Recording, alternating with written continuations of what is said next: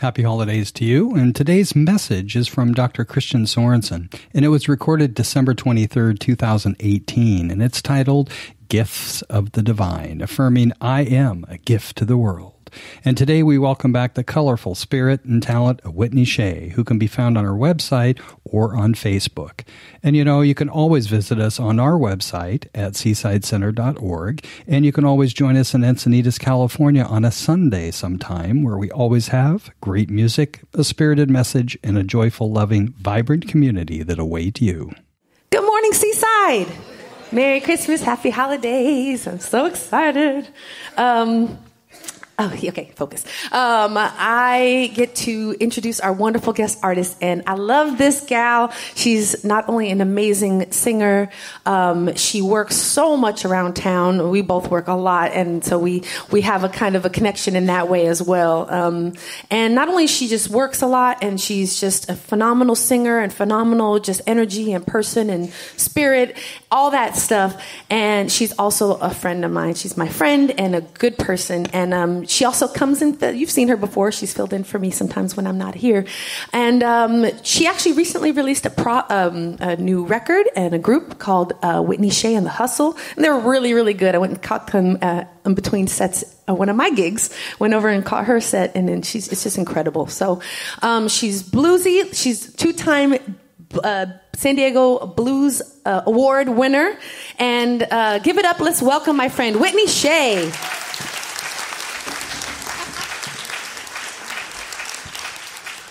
How about it one time for Miss Rebecca Jade? I heard her do that song the first service, and both times I'm just so moved. She's such an amazing person. You're amusing and amazing. So we're going to do a little Christmas song for you today. So hopefully you're feeling the spirit. I'm feeling very red over here today. I feel the festive spirit. So 1, 2, 1, 2, 3.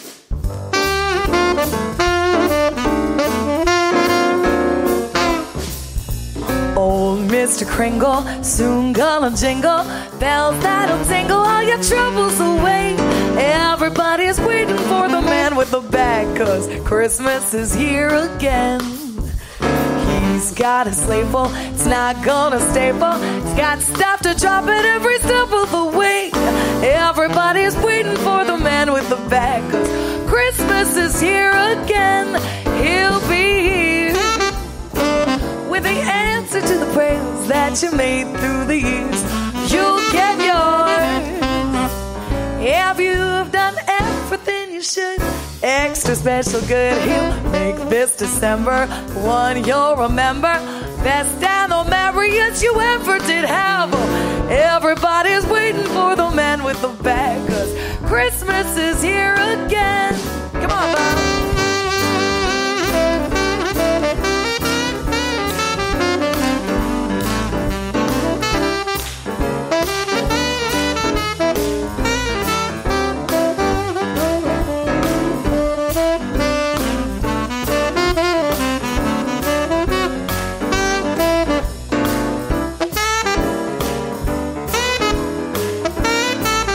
Top boys. Oh, Mr. Kringle is soon gonna jingle the bell that'll tingle all your troubles away. Everybody's waiting for the man with the bag, 'cause Christmas is here again. He's got a sleigh full, it's not gonna stifle. He's got stuff to drop at every step of the way. Everybody's waiting for the man with the bag, 'cause Christmas is here again. He'll be here with the answer to the prayers that you made through the years. You'll get yours if you've done everything you should. Extra special good, he'll make this December one you'll remember. Best and the merriest you ever did have. Everybody's waiting. I said, they're all congregating, waiting for the man with the bag. You better watch out now.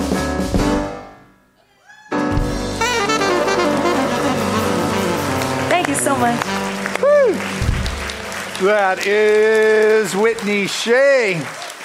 San Diego's last 2 years best blues singer in town, right here on our stage. It's so fun. Great song. I hadn't heard that before. That was a good one. I do too. I like that. Anyway, hey, good morning again. I am excited because this morning's message is Gifts of the Divine, which I'm going to fill you in. It's you. Yeah, you're the gift and you're the blessing. And when you allow it out of you, we're blessed. The world is blessed. And just things get good. Yesterday, Cal and I were at our house, getting ready for the holiday, getting the meals ready, the trees, the presents, all those things, and thought it would be fun to go for a walk with Trevor, our son. And that's never on the top of his list of things to do, is take a walk with mom and dad. But we did point out that if he wanted his iPad back, he would have to go on a walk with us. It was amazing how well that worked. Anyway, as we got walking, he got into it. It was a lot of fun. We took one of those long walks through the neighborhood. We found ourselves down by the 7-Eleven, and there's a 99-cent store down there across from Nipolides. It's a 99-cent store where nothing in there would probably work for very long. And the guy had his toys out in front to catch the kids, and Trevor's eye, boom, lasered right into this one toy. But just before he got to that table of toys, there were these two little kids that got there with their mom. And I don't know if you remember the story, but Trevor doesn't really do well around little kids. He has issues with babies. He's got this phobia, this fear around little kids. They're this size and he's 6 foot. It's totally irrational, but that's what a phobia is. And anyway, so the kids beat him to the table, and so he went inside the store and just kind of stood away. And he's looking out the window, seeing when these little girls are done looking at the toys, and they don't seem to be finishing. And said, Trevor, there's other toys in the store. Take a look. But no, he was waiting for them to wrap up, get something. He's like, when the kids going to be done? When are they going to be done? And finally, Mom, helped them pick out their toy, and the little girl, she picked up with her toy, and the other little girl, took the toy inside to pay. And as soon as they went inside the store, Trevor made a beeline right outside, and he knew the toy he wanted. He grabbed that thing right away. He had it figured out. This toy, I'm sure, is not going to last 24 hours, but it was his Christmas money. He can do with it what he wants. And he went into the store to pay for it, but the kids were still there, and so he didn't want to really go in the store. He wanted to leave, but I told him if he left, he'd probably be going to prison. So he pushed through his discomfort and went into the store and kind of waited for his turn to pay. And we could see the mom, she didn't have the cash to pay for the toys, and he wouldn't, take the credit card. And those two little girls had to leave their toys, and they left the store. And one of the things about Trevor is that he likes order. He likes things. And he says, the toys, the girls, give the girls their toys. Their toys. And I had to explain to him that they didn't pay for the toys. And it's like, give the girls their toys. And so finally he decided he's going to pay for the toys themselves so those girls could have their toys.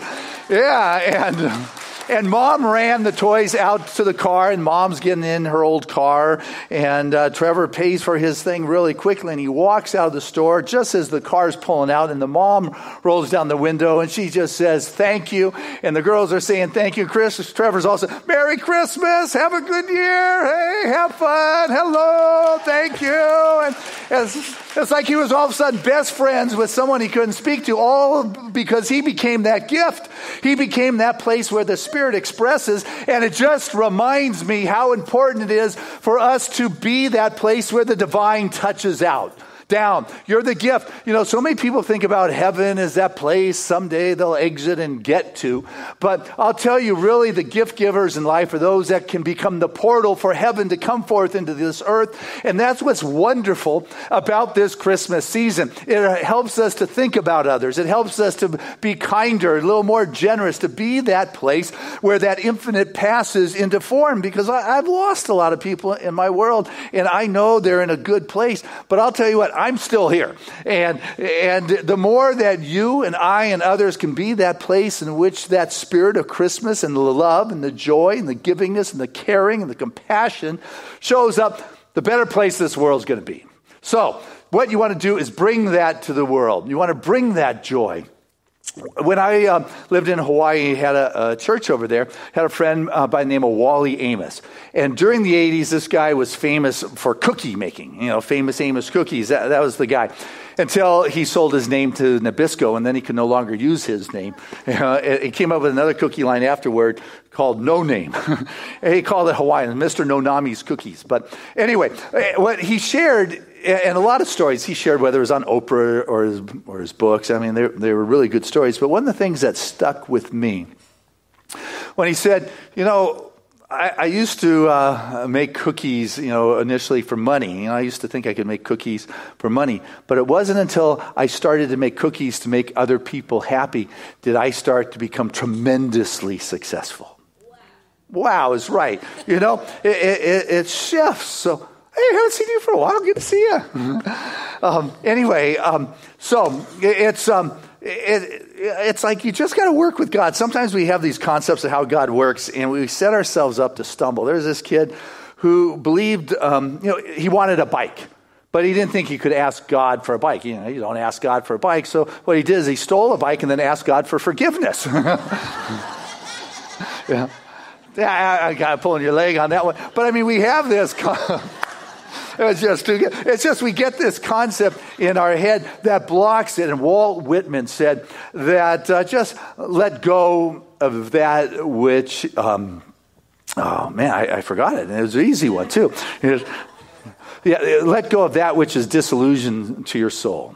That which disillusions your soul, you let go of it. You surrender it. It's that simple. You got that? It's not like you have to make spirit this, and it's not like you've got to make the light. What you want to do is let go of that which is a disillusion to your soul, which is just, it kind of covers it up. It makes it hard for you to be the portal or that place where spirit or the gift of God can show up. It's not like you make God. It's like you become the place where you get rid of those things that get in the way so you can be more than as if you were intended to be in this world. Shakespeare, he said, we know what we are, but we know not what we may be. How do you know what you may be? Other than being that, stretching out and attempting to be that. But what happens is that we begin to cover it up and allow our soul to become disillusioned. We allow that light to be covered. All your heart wants, your soul, your spirit, all it truly wants. You're listening, right? Yeah, that's it. Is you.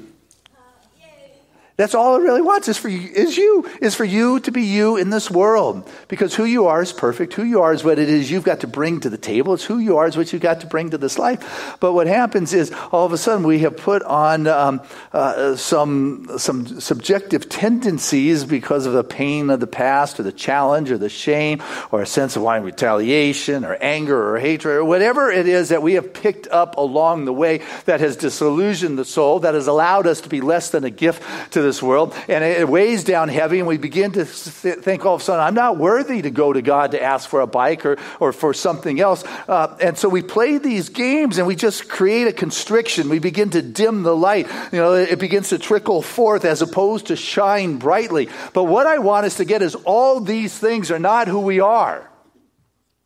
It's like your clothes. You got clothes on, obviously.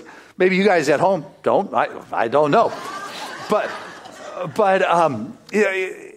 when you go home and you take them off, it's whether they were ugly or fine, you're not your clothes.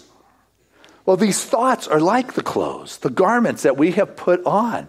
Let me get rid of the thoughts of the bitterness or the anger or the resentment or the guilt. Let me just take those off and realize who I am is that light inside. I don't have to create that light. I don't have to create the spirit. I am of that. I come from that. I am that expression. I have got to allow that something inside of me to shine because I'm the gift. You're the gift. That's the truth. In the Gospel of Thomas,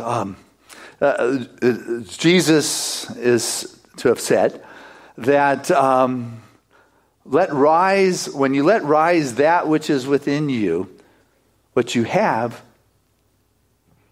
will save you. But when you don't let rise that which is within you, then what you don't have will destroy you. You let that which you are come forth. Let it rise. And that's what's going to save you. That's what's going to create joy in your life. That's what's going to create the excitement. That's what's going to allow you to be a gift in your world. But if you begin to put it and cover it up with all that heavy stuff in your subjective of the past, the pains and difficulties and all those things I said before, that stuff's going to kill you. At least your soul becomes disillusioned. But all you got to do is let go of what disillusions your soul. It's that simple. You got that? You don't have to go create all this wonder. You just have to let go of that which disillusions your soul. Oprah, a little bit more current than Thomas, she said, step away from the history that blocks you and step in to the new story that you want to create. Okay? Step away from it. Let go of that which disillusions you. Let it go and step into what it is you want to create. There's like this reciprocating expression, a spirit that wants to show up in your life, in your world. It wants to begin to manifest in your experience, but you're the one who's got to be willing to step into that, to believe that, to express that, to allow that to be. And now the head sometimes begins to throw in these concepts that you're not really the gift, Christian. What are you doing? And then my approach to this is I just go, no. That's a great prayer, guys, if you want to know. These 5-step spiritual mind treatments are good, but if you got something going on in your head you don't want in there, you go, no, get out. Cancel. You're not welcome in there. It is my head, and I am the thinker that is in my mind, and you do not belong. You are not welcome. Get out. I just have to let go. See, that's the thing. You let go of that, which is the disillusion. And then you step into where it is you want to go. You may have to clean up some stuff. You might need to make amends with something that took place in the past. But I'll tell you what, it's a waste of your energy to have it taking up space so you're not free to create the joy and to be the gift that you're intended to be in this world. Clean something up the best you can and then get moving forward. Be that. And I think you can do that, or I like to do that anyway, through prayer. I'm a great believer in prayer, if you hadn't noticed. I think prayer is a great way to just tap into that infinite power, to be that vortex and that channel through which that greater expression begins to fill my face. It's not like I have to create it. I just have to get the stuff out of the way so I am moved to be that in my life. Meditation is a way in which I'm able to sit, to get calm, to see from my clearly without going through the subjective tendencies that want to keep the basket on the light. You sit there and you take a look at things and you begin to see life in a different way. Comedians help us see things in a different way. I was watching Ellen DeGeneres, one of our modern day philosophers, kind of deadpan in her humorous delivery, but thought-provoking sometimes. She was talking about normal, like being normal. And she said, yeah, normal. That's like you get up in the morning and you put on work clothes, and then you get in a car and you drive in heavy traffic in the car that you're still making payments on to get to a job in order to make the money so you can pay for the clothes for that work and that car so you can get to that work, and your house payment that is sitting empty that you work so you can have a place to live. And it's like, that's what normal is? Maybe you want to reevaluate. There's something more to life than making the payments for the clothes you need to work and the car you need to get to work and the house that you're not living in.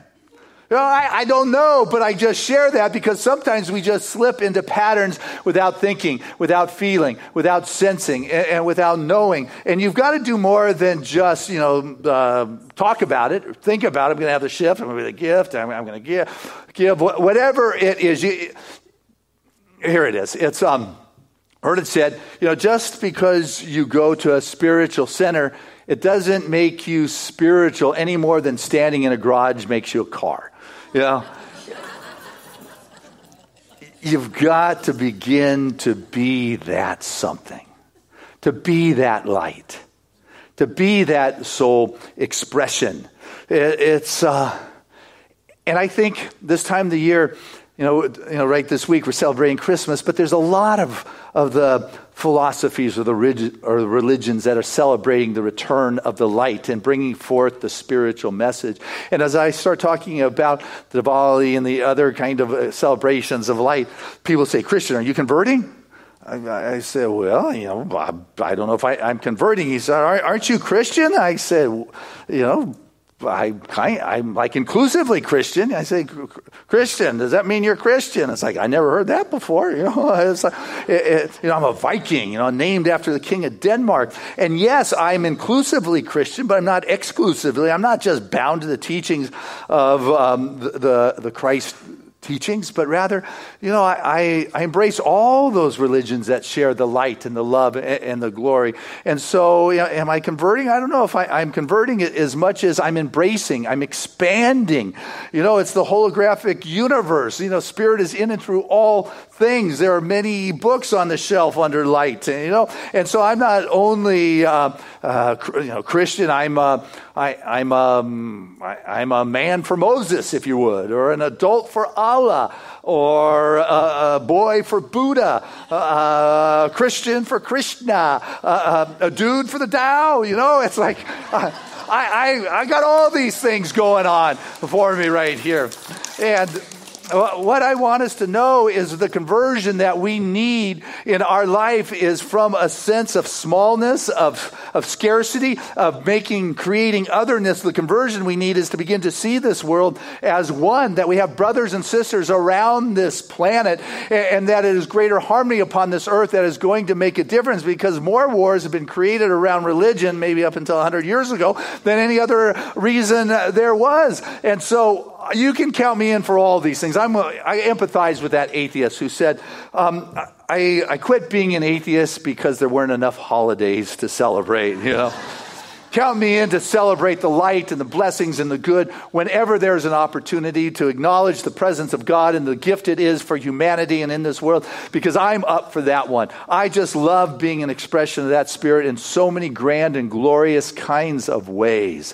For the Spirit moves here. And so it doesn't matter, call Hindu or Jew or Muslim or Buddhist or Hindu or religious scientist. What really matters is that you call me as your friend, is that we see each other as friends, as companions and brothers and sisters who are journeying around this planet together. And this winter solstice has been celebrated by every culture from the beginning of time, and that it is not based upon a religious doctrine, but rather it is a spiritual movement of our heart and our soul that reminds us that if my head has been filled up with the garbage of scarcity or lack or fear or anger or hatred or shame or guilt or all of those things, there's a moment in which there's something inside of me, that indomitable belief that the sun is going to return, that the light is going to return. I just have to stop and let go of that which is insulting my soul, because the light has always been there and is always available to come forth. And as I begin to do this for myself, the gift I become to others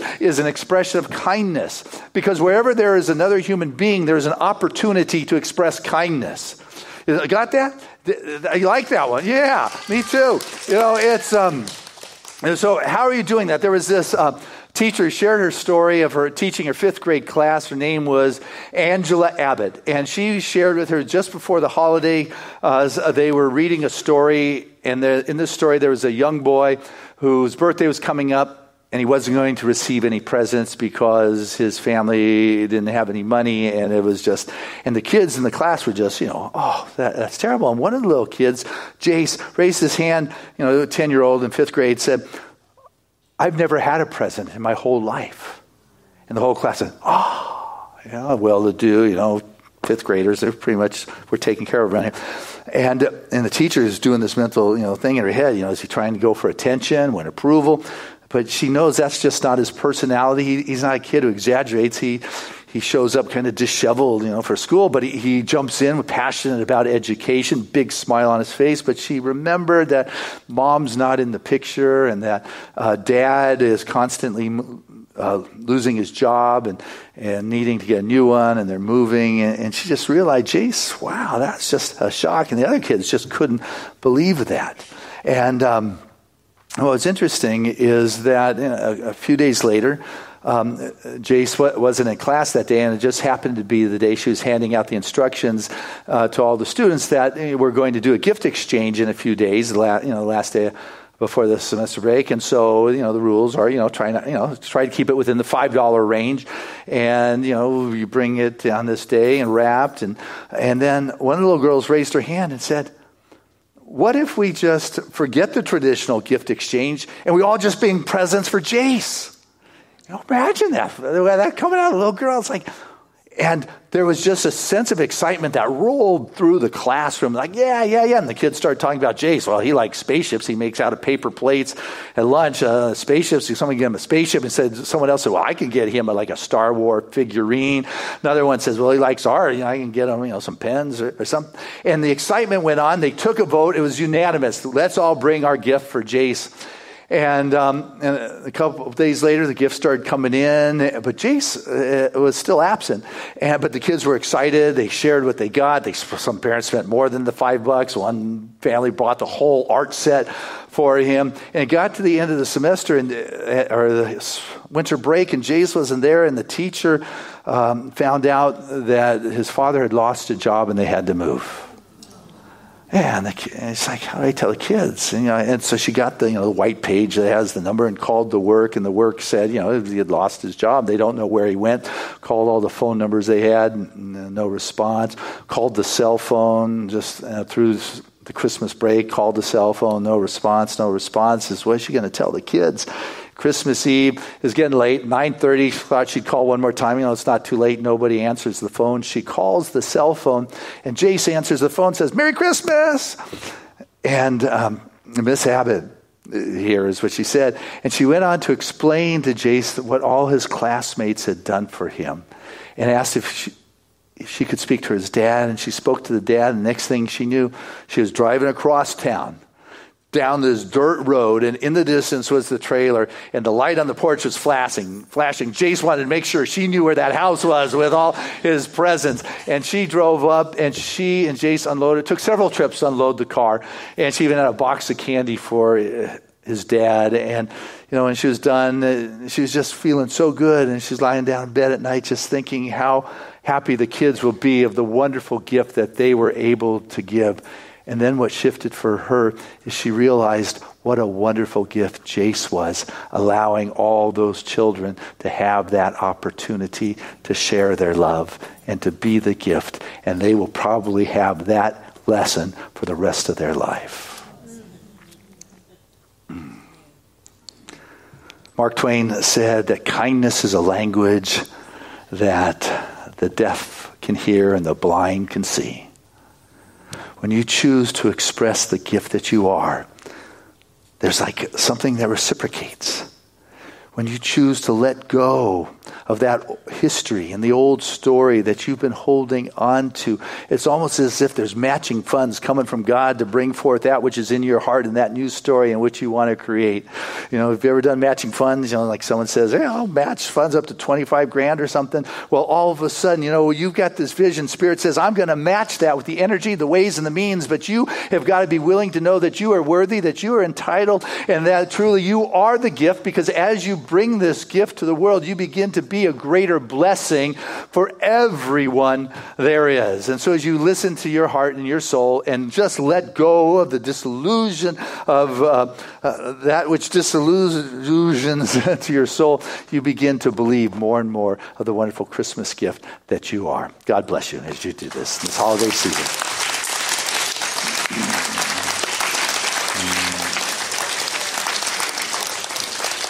Hey, let's keep it going as we bring Whitney Shane back to our stage. I'm like, I heard my name.